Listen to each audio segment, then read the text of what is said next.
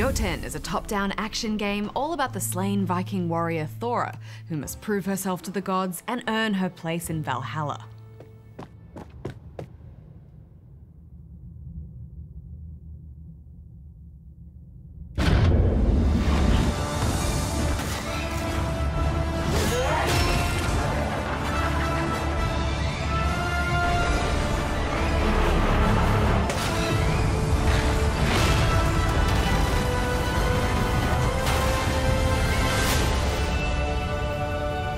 Hex, let's get the obvious out of the way first. This is a beautiful looking game. I could look at those hand-drawn animations and graphics all day. Yeah, those bosses are especially impressive to watch. Which is good, since the major focus of this game are the bosses, or Jotun, which are sort of elemental giants. Once Thora has slain each of these, her place in Valhalla is all but assured. But before she does that, Thora is stuck in what's known as the Void, which is a sort of purgatory. Also known as Ginnungagap. Ég mun endurheimta heiður minn. Ég mun ávinna mér hylli goðanna. So, from Ginnungagap, you can access 5 different realms in any order you like. Each realm is split up into 2 levels and a Jotun. But before you can fight the Jotun, you'll need to find the runes in each level. There's almost no combat outside of the boss fight. In one level, you'll come across a few hordes of angry dwarves, and in another, you'll have these big rock-hurling guys to deal with. But those are about the only enemies you'll find. Usually the enemy is the world itself, with things like fiery cracks in the ground, howling blizzards, and one very terrifying fish.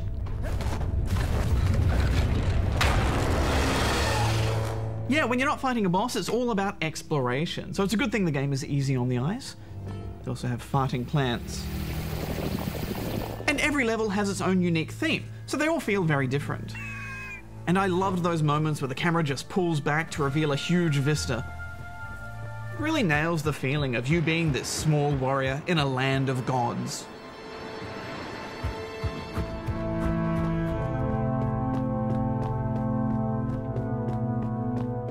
Now, Bajo, I am a huge fan of Norse mythology, so I love how each level explores some different piece of lore. And it's great that they have real Icelandic voice actors too. I could listen to that accent all day. Something about those rolled R's, magic. Hold hans var að jörðinni, blóð hans var að vatni, hár hans var að grasi og trjá. Yeah, they're great, aren't they? I would have liked it if Thora moved a bit faster though. With so much to explore, I just wanted her to get about a bit quicker. What about her heavy attack? It's just so slow. I think it's the slowest attack I've ever seen in a game ever. Come on. Come on! Just swing the axe!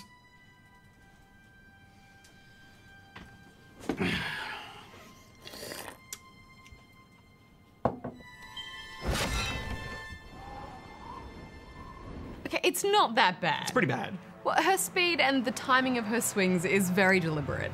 The boss battles are entirely designed around giving you just enough time to move out of the way of attacks or land a heavy blow. And I just love the sense of tension that brought to the fights. Yeah, the fights are really well designed. And I love how they always seem to come down to the wire. And the way their attacks and ferocity just keeps ratcheting up as you do more damage always got the blood pumping. I liked how they let you prepare as much as you like for each Jotun too. Throughout the levels, you'll find golden apples that can increase your overall health. But more importantly, you'll find big shrines to various deities that'll grant you various powers. These include heals, speed boosts, shields, decoys,